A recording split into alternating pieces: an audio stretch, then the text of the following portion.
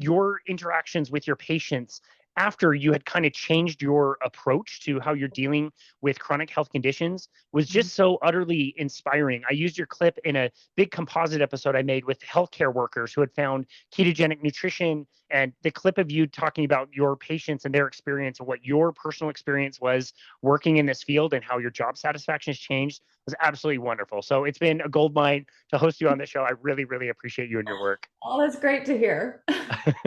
That's awesome. It has been a while, like I said. So could you kind of remind us how you decided to get into the health space to begin with? And yeah, from our first conversation, it really seems like you were a little bit disappointed with the level of care you could really offer people.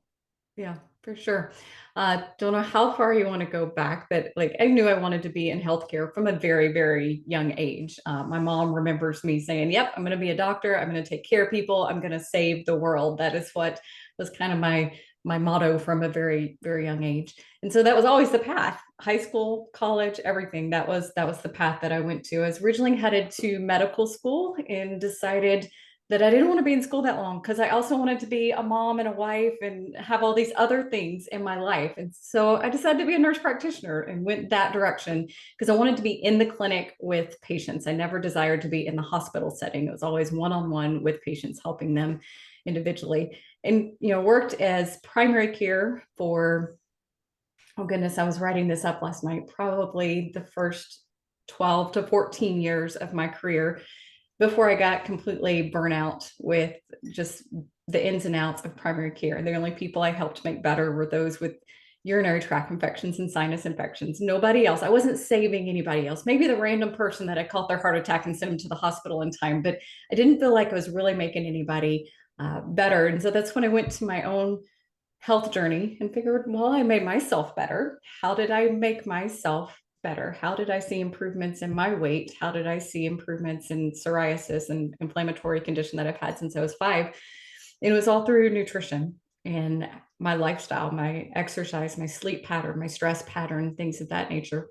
And so started using that in clients. And I was like, oh, wait, this actually works on a bigger scale other than just me. And then I went back and got all the additional certifications that you mentioned. I've actually added another one with the Nutrition Network that I will graduate from next month. It's completed. I've passed. Wow. I will be a certified Nutrition Network practitioner, and the graduation is next month.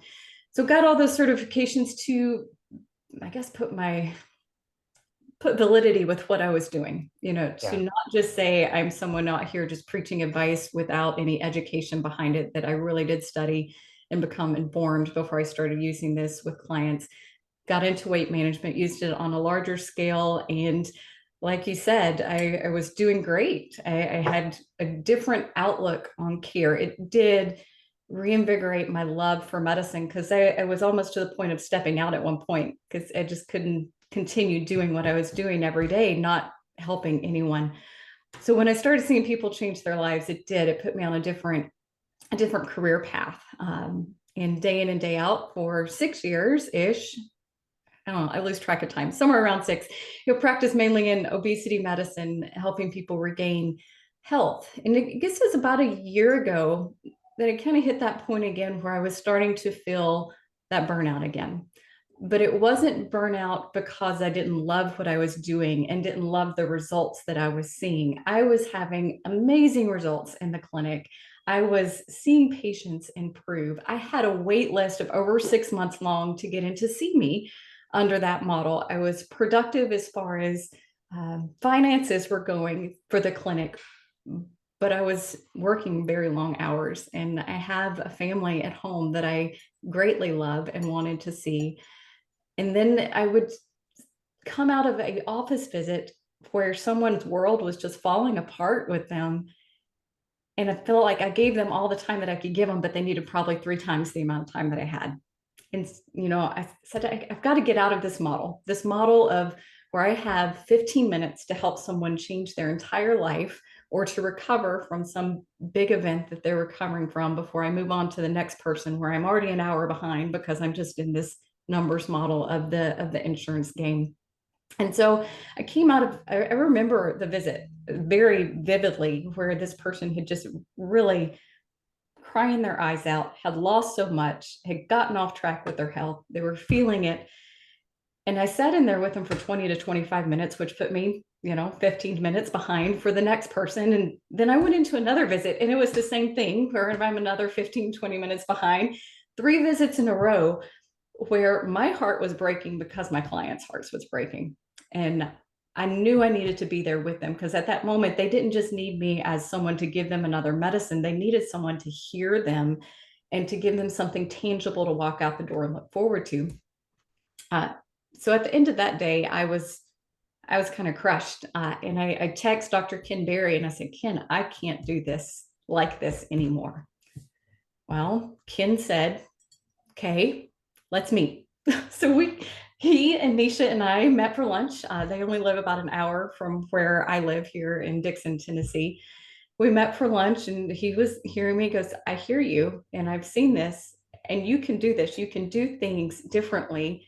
Patients will still come to see you. They will come to see you because of who you are and how you practice and the knowledge base that you have. And I was like, yeah, I get it, but we're in like rural of nowhere, middle of nowhere, Tennessee. Who's going to come see me and pay money to come see me and not use their insurance? Because we're talking about the only way to get rid of that model and that hamster wheel is to break free from the insurance model. And he just looked at me and he said, Amanda, quit being chicken shit and get your stuff together. I was like, Ken. So it took me a couple more months to kind of wrap my head around it. And it's like, no, he's right. I'm just continually stuck in this. And insurance companies don't have a better way out. They don't pay you for health coaching. They don't pay you for this long time intervention. When you do bill based on time, you don't get reimbursed as much if you're billing on level of services and seeing more patients. It was just this big mess. And so I formed Clear Path Medical. I went and got my LLC for the company and broke the news to my staff that's been with me for 10 years. Like, ladies, we're doing this. This is the direction that we're going. And so in October, I started seeing some patients on the side. So I was still running my DMA weight and wellness insurance-based practice Monday through Thursday, heavy, busy hours. Started on the side, also running Clear Path Medical, doing a few consults here and there, virtual, online.